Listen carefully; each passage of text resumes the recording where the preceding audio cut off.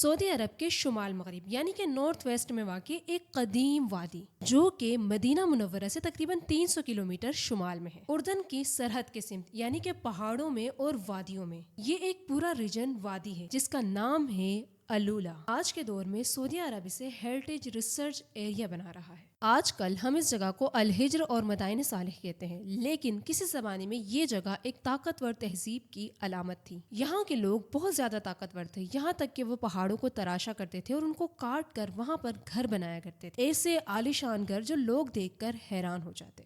اور یہ قوم تھی قوم سمود۔ قرآن میں اس کے بارے میں کئی جگہ پر ذکر کیا گیا ہے۔ قرآن میں اس قوم کا ذکر یوں کیا جاتا ہے کہ یہ وہ قوم تھی جو پہاڑوں کو تراش کر اونچے اونچے گھر بنایا کرتی تھی۔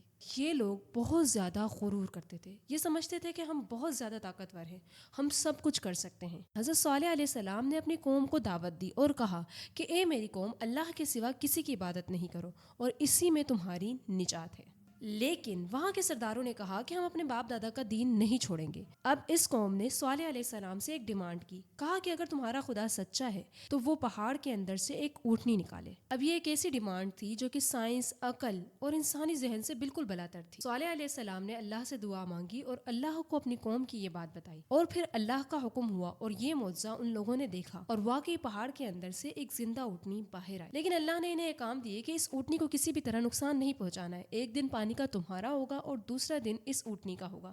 اس وقت یہ اونٹنی قوم کے بیچ یعنی قوم کے ساتھ رہتی رہی ایک زندہ معجزہ بن کر۔ لیکن کچھ لوگوں کے ذہن میں ایک شیطانی وسوسہ آیا، ان کو لگا کہ یہ اونٹنی ان کی طاقت کو چیلنج کر رہی ہے۔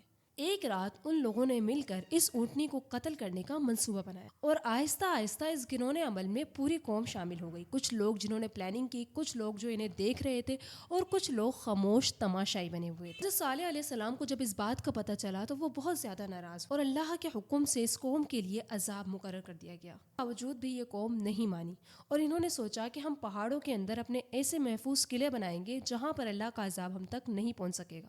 روایات کے مطابق ان پر 3 دن کا عذاب آیا۔ پہلے دن ان کے چہرے پیلے ہو گئے، دوسرے دن ان کے چہرے سرخ ہو گئے یعنی کہ لال ہو گئے، اور تیسرے دن ان کے چہرے سیاہ یعنی کہ کالے پڑ گئے تھے۔ اور پھر تیسرے دن فجر کے وقت ایک خوفناک چیخ، شدید زلزلہ، اور زمین اندر سے ہل گئی۔ ایک ہی لمحے میں ان کی طاقت، ان کے پہاڑوں پر بنائے گئے وہ محفوظ قلعے، سب کا سب راکھ ہو گیا۔ آج سائنس کی ریسرچ بھی یہی کہتی ہے کہ یہ علاقہ سیزمک فلڈ زون ہے، لیکن بس کچھ چیزوں کا خیال کرنا ہوتا ہے۔ اسلام کے مطابق ہمیں اسلام یہ حکم دیتا ہے کہ وہاں مذاق کرنا، تصویریں بنانا یا وہاں پر ہنسنا کھیلنا منع ہے۔